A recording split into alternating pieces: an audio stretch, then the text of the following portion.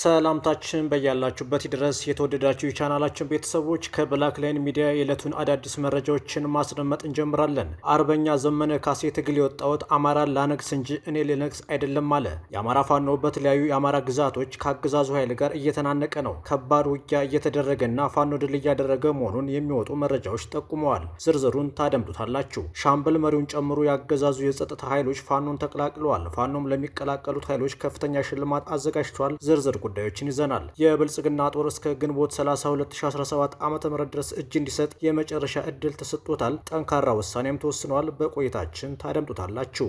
የጤና ባለሙያዎችን የፍርድ ቤት ውሎና የክስ ዝርዝር የተመለከተ መረጃም ይዘናል። አብራችሁን ቆዩ። አርበኛ ዘመነ ካሴ ለትግል የወጣሁት አማራን ላነግስ እንጂ እኔ ልነግስ አይደለም ብሏል። አርበኛ ዘመነ ካሴ እናንተ አላችሁ እያለ መልእክቱን የጀመረ ሲሆን ኢየሱስም በገዢው ፊት ቆመ፣ ገዢውም የአይሁድ ንጉሥ አንተ ነህን ብሎ ጠየቀው። ኢየሱስም አንተ አልክ አለው። ምንም እንኳን በፍጹም ለንጽጽር ባይቀርብም አሁንም የአብርሃም አምላክ ይቅር በለኝና የኔን ስም ከንግስና ጋር አያይዘው ንጉሱ እያሉ ሲለብጡ ንጉስ ነኝ አለ እያሉ ሲቀጥፉ ሁልጊዜ ከላይ በማቴዎስ ወንጌል የተጻፈውን ቅዱስ ቃል ወደ አእምሮዬ ሮጦ ይመጣል። እኔ የአማራ ንጉስ ነኝ አላልኩም ይላል አርበኛ ዘመነ ካሴ። አርበኛ ዘመነ ካሴ ቀጥሎም አማራን ግን አንጋሽ ነኝ፣ እኔ የትውልዱ ንጉስ ነኝ ብዬ አላውቅም። የትግሉና የድሉ ባለቤት የሆነው ትውልድ እንዲነግስ ወይም የስልጣን ባለቤት እንዲሆን ግን ደም እስክተፋ ህይወቴ እስክትጠፋ እሰራለሁ እና አቅሞቼ ወይም ተቺዎቼ ሆይ እናንተ አላችሁ እንጂ እኔ አልወጣኝም አይወጣኝምም። አማራ ግን የደረሰበትን ሆሎኮውስት ወይም የዘር ፍጅት መክቶና አሸንፎ ይነግሳል። ከዚህ በኋላ ትውልዱ ዳግም አያሌው ሞኙ ሰው አማኙን አይዘፍንም በማለት አርበኛ ዘመነ ካሴ መልእክቱን ይቋጫል።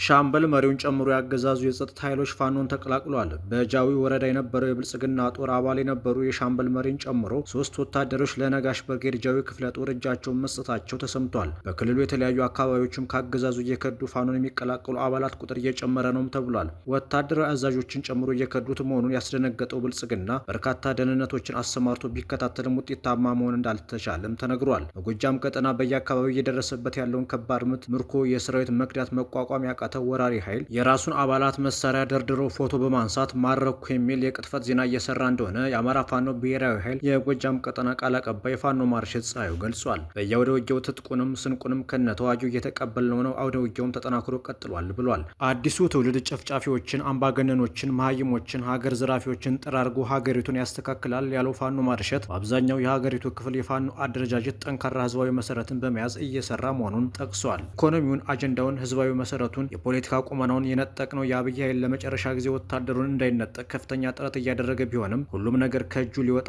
ጫፍ ደርሷል። ሀገር የሚገነባው እውነተኛ መንግስት የሚመሰረተው ፍትህና እኩልነት የሚሰፍነው ኢኮኖሚ የሚያድገው በዜጎች የደምና ላብ ጠብታ በመሆኑ በየዘርፉ ያላችሁ አማራዎች እና ኢትዮጵያውያን ይህንን ኃይል ለማጥፋት ብርቱ ተጋድሎ እንድታደርጉ ጥሪ አቀርባለሁም ብሏል። ፋኖ እውነተኛ የፍትህና የርትዕ ባለቤት መሆኑንም ገልጿል። ፋኖ ማርሸት የብልጽግናው አገዛዝ ወታደራዊ ካምፕ መውደሙ ተሰምቷል። የአማራ ፋኖ ብሔራዊ ኃይል አንደኛ ክፍለ ጦር የኮሎኔል ታደሰ ሙሉነ ብርጌድ ሁለቱ ሻለቆች ሁለት የተለያዩ ቦታዎች ላይ የጠላትን እንቅስቃሴ በመከታተል ከገርጨጭና ከዳጊ በሌሊት 10 ሰዓት ከ45 ተነስቶ ሳንጂን ለመያዝ ያደረገውን ጥረት አይበገሬዎቹ የአለማየሁ ከቤ ሻለቃ አንገት አስደፍተው መልሰውታል። 7 አስክሬን የተነሳ ሲሆን በርካታ ቁስለኞች በፓትሮል ሲጓጓዙ ታይተዋል። 2 ከፍተኛ አመራሮችም ተደምስሰዋል። የአገዛዙ ኃይል ተቋማት ላይ ዝርፊያ ፈጽሟል። የተክሌ ተራራ ማህበራት ቢሮን እና የአማራ ብድርና ቁጠባ ተቋም ቢሮን በመስፈር የተለመደውን ዝርፊያ መፈጸሙን የተነገረው። ሌላኛው ዳጊ ከተማ ላይ የጊዮን ሻለቃ ሰርገው በመግባት የአመራሩን መቀመጫ ካምፕ ማውደም የቻሉ ሲሆን በተጨማሪም ደግሞ አንድ ከፍተኛ መኮንን ተደምስሷል። ውጊያውን መቋቋም ያልቻለው የጠላት ኃይል በደረሰበት ከፍተኛ ምት ቤተክርስቲያን ተጠልሎ እንደሚገኝም ተገልጿል። ዲሽቃዎችና ብሬኖች ወደ ሌላ ቦታ ግዳጅ ሄደዋል፣ የሰው ኃይልም የላቸውም በማለት መረጃ የሰጣቸውን ባንዳ ሸውደናል፣ ይሄ ሁሉ መሳሪያና የሰው ኃይል ከየት መጣ በማለት መከላከያውና አድማ ብትነው እርስ በርሱ ተፋጠው እንደሚገኙ የአማራ ፋኖ ብሔራዊ ኃይል አንደኛ ክፍለ ጦር የህዝብ ግንኙነት ኃላፊ ፋኖ ሀብታሙ የሱፍ ገልጿል።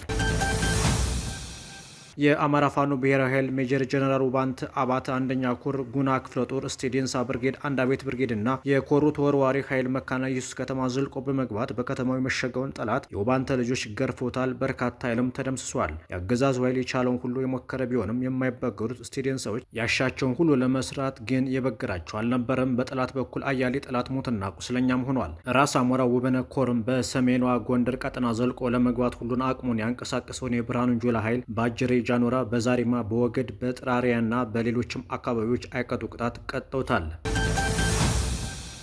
የአማራ ፋኖ ብሔራዊ ኃይል አፋባ በወሎ ልጅ ኢያሱ ኮር የጎፍ ክፍለ ጦር አልቡኮ ወረዳ ላይ በብልጽግናው ኃይል ላይ ድል መቀዳጀቱ ተሰምቷል። ተጠናክሮ በቀጠለ የህልውና ተጋድሎ ልጅ ኢያሱ ኮር የጎፍ ክፍለ ጦር አልቡኮ ወረዳ ልዩ ስሙ ነጥ የተባለ ታዳጊ ከተማ ላይ ለማጥቃት የመጣን አድማ በተና ሚሊሻና ፖሊስ ጥምር ባንዳ የመንግስት ኃይል ሞትና ቁስለኛ በማድረግ አሰማሪ ቅጣት በመቅጣት ታላቅ ድል ተጎናጽፏል ነው የተባለው። በተጋድሎ ንስሮቹ ባንዳ ላይ ትኩረት ያደረገ ጥቃት በመፈጸም በርካታ ወዳደር እስከ ወዲያኛው የሸኙ ሲሆን ቁጥሩ ቀላል የማይባል ቁስለኛም ወደ ደሴ ሪፈራል ሆስፒታልና ሰልማኒ ጤና ጣቢያ ተወስዷል። ተጋድሎ በጎፍ ክፍለ ጦር ምክትል አዛዥ አርበኛ ኮማንዶ ጌታቸው ማሩ የተመራ ሲሆን ወደ የጎፍ ክፍለ ጦር ቀጠና ነጥ ታዳጊ ከተማ አካባቢ የመጣን ጠላት አይቀጡ ቅጣት ቀጥተው እያንጠባጠቡ ወደ መጣበት አስፈርጥጠው መልሰውታል ሲል የጎፍ ክፍለ ጦር ቃል አቀባይ ፋኖ ሱልጣን የሱፍ ገልጿል።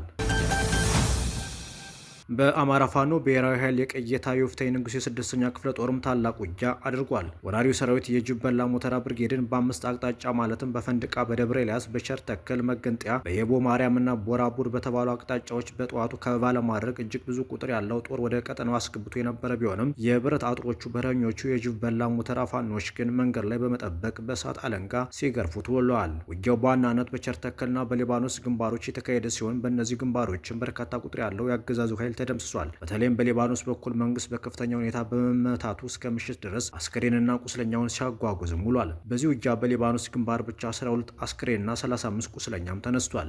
በዚህ የተነሳ ጸረ አማራ ወራሪ ቡድን አየነው ስመኝ የተባለን ግለሰብ ፋኖ ዘመድ አለ በሚል መላኩ ሲሳይ የተባለ የአእምሮ በሽተኛን ደግሞ ሰላይነ በሚል የረሸነ ሲሆን አንድ ንጹህ ዜጋም አፍኖ ወስዷል። በተያያዘ ዜናም ተንታጎቹ የቀስተ ደመና ብርጌድ ፋኖች ደብረ ኤልያስ ከተማ ላይ በመግባት ጠላትን ሲያሯሩጡት ውለዋል። ውጊያው ፋብሪካውና ወላስማ በሚባሉ ግንባሮች የተደረገ ሲሆን በዚህ ግንባር የተገኘ ድል አንድ ፖሊስ ሞቷል፣ 10 ቁስለኛ ተመዝግቧል፣ ክላሽም ከነሙሉ ትጥቁ መማረኩን የቀየታ የወፍታዊ ንጉሴ የስድስተኛ ክፍለ ጦር ቃል አቀባይ ፋኖ ዘመን ባሳዝነው ገልጿል። ክፍለ ጦሩ በሚያስተዳድረው ቀጠና ያሉ እንቅስቃሴዎችን በተመለከተም ማስጠንቀቂያ ሰጥቷል። የደመጫ ወረዳ ቤቶች ኮንስትራክሽን ጽህፈት ቤት የቤቶች ማህበር እናደራጃለን በማለት ከቤት ፈላጊ ማህበረሰቦች ከብር 700 እስከ 1 ሺህ ብር ክፍያ እየጠየቀ ማህበረሰቡን እየበዘበዘ መሆኑ ይታወቃል ያለው ክፍለ ጦሩ በመሆኑም የቤት መስሪያ እናገኛለን በሚል በዚህ መንግስት የብዝበዛ ተግባር እየተሳተፋቸው የምትገኙ ግለሰቦች ላይ እርምጃ የምንወስድ መሆናችን እንገልጻለን ብሏል። ፋኖ በይፋ ትግሉን ከጀመረበትና የአገዛዙን ስርዓት ካፈራረሰበት ከሐምሌ 6 2017 ዓ.ም ጀምሮ ከላይ በተገለጸው መንገድ ከመንግስት በምሪትም ሆነ በግዥ መሬት የተረከባችሁ ግለሰቦች ፋኖ እውቅና የማይሰጥ መሆኑን በጥብቅ እናሳስባለን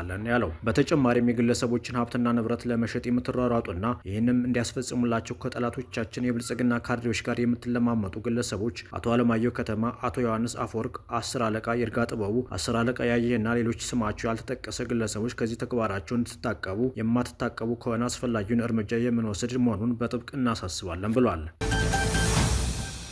የአማራ ፋኖ ብሔራዊ ኃይል የጎጃም አገው ምድር ክፍለ ጦር ተምዘግዛጊ ኮማንዶዎችም በባንዳነት ለተሰለፉ ኃይሎች ማስጠንቀቂያ ሰጥቷል። የአማራ ፋኖ ብሔራዊ ኃይል የጎጃም አገው ምድር ክፍለ ጦርና እንዲሁም የአምስተኛ ክፍለ ጦር ተምዘግዛጊ ኮማንዶዎችም በባንዳነት ለተሰለፉ ኃይሎች ማስጠንቀቂያ ሰጥቷል። የቡሬ ዳሞት ብርጌድ ባለፉት ወራት ራሱን በመልሶ ማደራጀትና ስር ነቀል ለውጥ ለማምጣት ሙሉ የአመራር ለውጥ በማድረግ በፍጹም አማራዊ ጀግንነት የፖለቲካዊ ወታደራዊ ቁመናውን በአስፈሪ ግርማ ሞገስ መገንባቱን ገልጿል። ብርጌዱ በማወቅ የሚሆን ባለማወቅ ከአገዛዙ ጋር አብሮ ለቆሙ ግለሰቦች የመጨረሻ ጥሪ ከመጨረሻ ማስጠንቀቂያ ጋር ሰጥቷል። በቡሬ ኢንዱስትሪ ፓርክ ለሰፈረው ሚሊሻ ጥሪ ያቀረበው ብርጌዱ እኛ እናንተን ገለን ልጆቻችሁን ወላጅ አልባ ማድረግ አንሻም፣ ልጆቻችሁ እኛን በእድሜ ዘመናችሁ እንዲወቅሱ አንፈልግም። ስለሆነ ሚሊሻ ወንድሞቻችን እስከ ግንቦት 30 2017 ዓ.ም እስከ ምሽቱ 12 ሰዓት ድረስ የቡሬ ዳሞት ብርጌድ አምስቱም ሻለቃ በሚገኙበት ቀጠና የመጠርነፊያ ካምፕ ስላዘጋጀንላችሁ በአስቸኳይ እንድትቀላቀሉ እናሳስባለን ብሏል። ብርጌዱ ለአድማ ብተና ኃይሎችም ጥሪ አቅርቧል፣ ማስጠንቀቂያም ሰጥቷል። እኛ የአማራ ፋኖ ብሔራዊ ኃይል በጎጃም አምስተኛ ክፍለ ጦር ቡሬ ዳሞት ብርጌድ ግዙፍ የአማራ ህዝብ መታገያ ተቋም መስርተን ህዝባችንን ከዚህ አምባገነን አማራ ጠል አገዛዝ ነጻ ለማውጣት ከፍተኛ ትንቅንቅ ስናደርግ ባሽተናል። የመንግስታዊ ስርዓቱን ጥርስ አውልቀን ጥለነዋል። ይህ አምባገነን ስርዓት እኛው አማራዎችን በንዋይ በማታለል እርስ በርስ እያዋጋ ድላችንን አራዝሞታል። ስለሆነም አድማ ብተና ወንድሞቻችን በአስቸኳይ ከዚህ አምባገነን ስርዓት ራሳችሁን አውጥታችሁ ወደ ብርጌዳችን እስከ ግንቦት 30 እንድትቀላቀሉ ጥሪ እናስተላልፋለን ያለው ለመከላከያ ሰራዊቱ በሰጠው ማስጠንቀቂያም የእናት ሀገራችን የኢትዮጵያ የኢትዮጵያ ልጆች እናንተ በውሳኔያችሁ አልተሳሳታችሁም። ሀገር አለኝ ወገን አለኝ የሀገር ዳር ድንበሬን አስከብራለሁ ብላችሁ በህዝባችሁ ፍቅር ተሸንፋችሁ ወደ ሀገር መከላከያ ሰራዊት ተቋም ተቀላቅላችሁ ሀገራችንን ከውጭ ወራሪ ለመታደግ አለማችሁ እንደነበር ይታወቃል። አንዳንድ መከላከያ አባሎችም ሻይ ቡና ልትጠቀሙ በተቀመጣችሁበት አፈሳ ተፈጽሞባቸው የእናት የአባት የእህት የወንድም ናፍቆት አሸንፏችሁ መውጫ ጠፍቷችሁ በእንባ የምትላቀሱ አባሎች እንዳላችሁ እናውቃለን። አገዛዙ በራሱ ህዝብ ላይ በሰማይ ድሮን በምድር ታንክ እስከ ባህር ኃይል አሰማርተው የአማራን ህዝብ አርሶ ባበላ በጠላትነት ፈረጆ እየጨፈጨፈው ይገኛል። ስለሆነም እኛም የቡሬ ዳሞት ብርጌድ አመራሮች ለአገዛዙ ሰራዊት እስከ ግንቦት 30 2017 ዓ.ም የሚቆይ የምህረት ጥሪ አድርገናል ብሏል። እስከ ግንቦት 30 2017 ዓ.ም በሚቆየው የምህረት ጥሪ የመንግስት ኃይሎች የያዙትን የቡድን የነፍስ ወከፍ መሳሪያ ይዘው ወደ ብርጌዱ ሲቀላቀሉ ከፍተኛ ሽልማት እንደሚጠብቃቸው ተገልጿል። ዲሽቃ ሞርተር ይዞ ወደ ብርጌዱ ለሚቀላቀል ከ2.5 ሚሊዮን ብር በላይ ስጦታ ተዘጋጅቷል። ብሬን፣ ስናይፐር፣ ክላሽ ይዞ ለሚቀላቀል በተዘጋጀለት ተመን ህይወቱን በንግድ ስራ አሰማርቶ ሊያኖር በሚችል የገንዘብ ስጦታ እንደሚበረክትለትም ተነግሯል። ይህንን የምህረት ጥሪ አዎንታዊ ምላሽ በመስጠት ተቋሙን የማይቀላቀሉ ወገኖች የሞት ቀናቸውን የሚጠባበቁ ይሆናል ነው ያለው።